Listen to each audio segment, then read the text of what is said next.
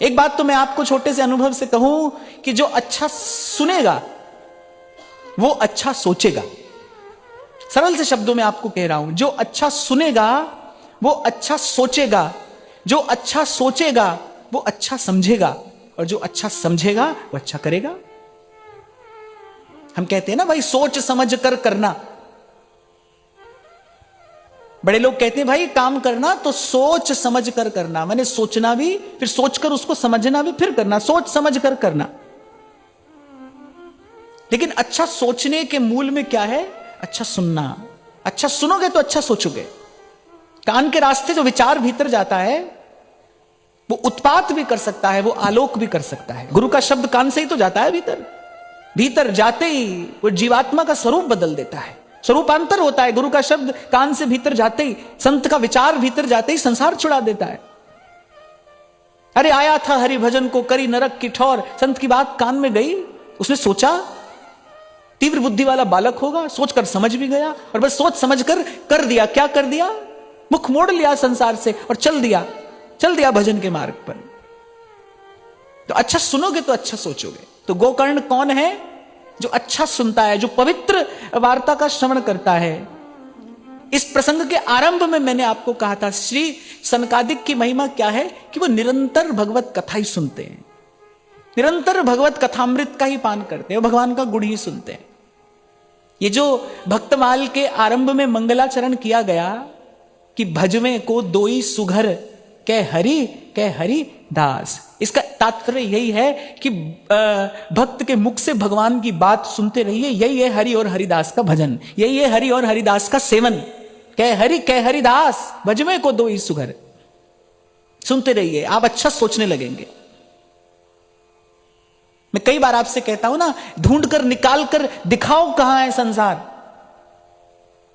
अगर आप ढूंढने जाओगे ना तो आपको मिलेगा संसार, मिलेगा कहां मिलेगा? अपने विचार में संसार मिलेगा। और कहां है संसार? और तो कहीं नहीं है संसार। और तो दूसरी दृष्टि से देखो तो पंचभूत है, सब भगवान का है, इसका उपादान कारण भगवान है, सब भगवान का ही तो है। संसार कहां है? संसार अगर आप ढूंढने जाओगे तो मिलेगा कहां? संसार मिलेगा अपने विचार में, वहां संसार है। विचार से व्यवहार होता है कि नहीं? जिसका जैसा विचार है उसका वैसा व्यवहार है। विचार से व्यवहार होगा, और व्यवहार करते करते क्या होता है? व्यवहार करते करते वैसा संस्कार पड़ जाता है। और जब ये शरीर छूटता है ना तो वो जो संस्कार है वो जीव के साथ जाता है, वो फिर उसके पुनर्जन्म का कारण बनता है। वो निश्चित करता है कि भाई ये जीव कहां जाएगा। वो जो संस्कार है, हम कहते हैं ना जन्म लेते ही किसी बालक को भजन करना अच्छा लगता हो, हम कहते हैं भाई देखो छोटा सा बालक है और अभी से भगवान की पूजा करता है, अभी से भगवान की सेवा करता है। फिर कोई बुद्धजन अगर उसको देखता है तो कहते हैं भाई कोई संस्कारी जीव है। ये संस्कार जीव अपने साथ लेकर आता है ना, संस्कार नहीं छूटता है, संस्कार जीव के साथ जाता है, भगवान के धाम तक जीव के साथ जाता है। संस्कारी जीव भगवान के धाम तक जाता है। तो संस्कार के मूल में क्या है? व्यवहार है। व्यवहार के मूल में क्या है? विचार है। और विचार की शुद्धि कैसे होती है? श्रवण से विचार की शुद्धि होती है। विचार शुद्धि का एक उपाय है सत्संग, विचार शुद्धि की विधि है सत्संग। आपने अपने आसपास भी देख लीजिए, आपको महसूस होने लगेगा, आप अनुभव करेंगे। संतों के साथ रहने से क्या होता है? विचार ही तो शुद्ध होते हैं। क्या होता है? संत के साथ रहते रहते विचार शुद्ध होने लगता है, विचार में धर्म उतरने लगता है, विचार में धर्म उतरने लगता है। और जब विचार धार्मिक होते हैं, जब विचार में धर्म होगा तब आपके व्यवहार में भी धर्म हो जाएगा। तो हम कह रहे थे सुनना, सुनकर सोचना, सोचकर समझना, और फिर सोच समझकर करना। और जिसको इतना ज्ञान हो गया कि भाई सोच समझकर करना है, वो तो बड़े सहज में पार हो जाता है। सोच समझ कर ही तो नहीं करते हम, सोचा नहीं समझा नहीं, भाई संसार अपना है कि नहीं, लग बड़े संसार के पीछे। हम तुम्हारे तुम हमारे, सोचा नहीं समझा नहीं कि बात ठीक है भी कि नहीं, ये बात बंधन में डालने वाली है या ये बात सुख देने वाली है। ना सोचा ना समझा और चल दिए। कल आपको छोटा सा उदाहरण दे रहा था ना मैं कि जीवन भर पति पत्नी लड़ते हैं और फिर चाहते हैं पुत्र का विवाह हो जाए, पुत्री का विवाह हो जाए। ये क्या है? ये बिना सोच समझ कर किया हुआ आचरण ही तो है।